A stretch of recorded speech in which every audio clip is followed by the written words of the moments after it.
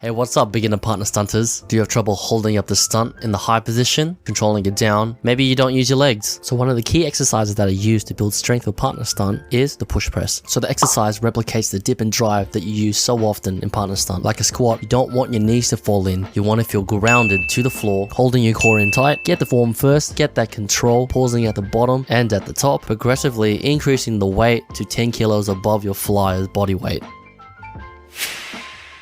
Hey guys, welcome back. Just like the last video, we're going to go into a little bit more detail on the YouTube platform. So let's go over the what, why, and how we use the push press to improve our partner stunt. So the push press is used in Olympic weightlifting to practice lifting the bar overhead with using our legs in the dip and drive movement. Unlike the jerk, where the legs bend again at the top, but that's an episode for another time.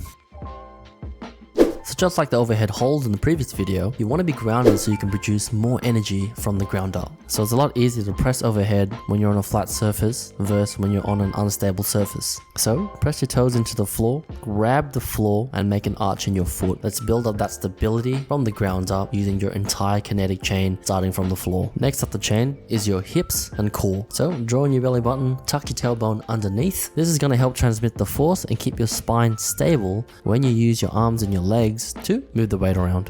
I broke my back. A vertebrae or what portion? Spinal.